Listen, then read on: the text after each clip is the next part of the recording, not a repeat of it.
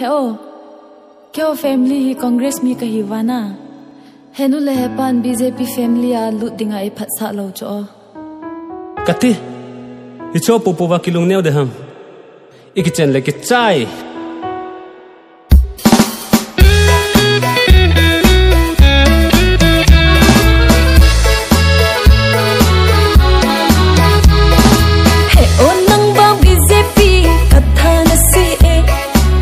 Vang iti chana zong Congress ka hi BJP le Congress bon ki gom thai no ai ni zong chu iti le iki gom ta dem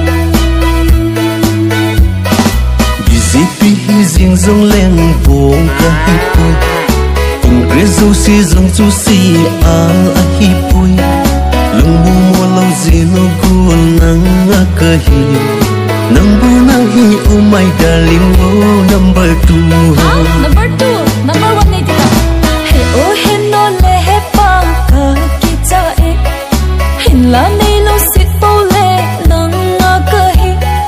Tu lai tu se ho hi a mu im ba ui. Iki chen zo ting le bong man nen nei mong dem.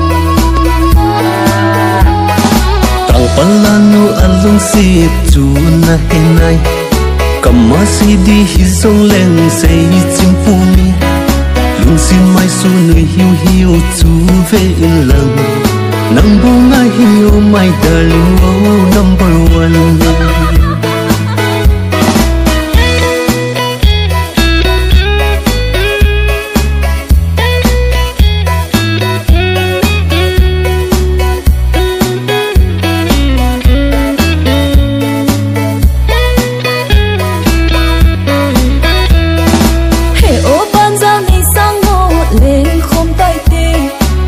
le khut ki to in lam khom hi te na tu ni khu alam lo chu lam lo a hi tu ni khu a bol lo chu bol lo a hi ta tu ni lung to va pangin leng khom tai te jing le mu le sangin ei hian rang tan ti tu ni khu a bol lo chu bol lo a hi tu ni khu alam lo chu lam lo a hi tai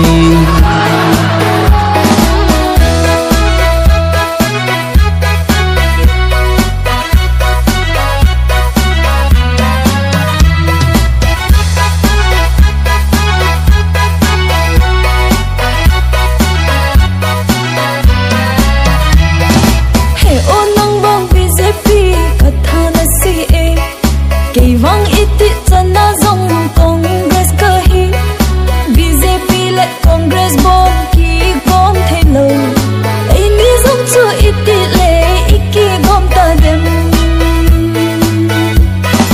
BJP hi jing zong leng bong ka hi pui Congress zo si zong chu si a hi pui lung mu mo lo zi no ko nang ka hi nang bo na hi oh my darling oh number 1 nang bo na hi oh my darling oh number 2 nang bo na hi oh my darling oh number 3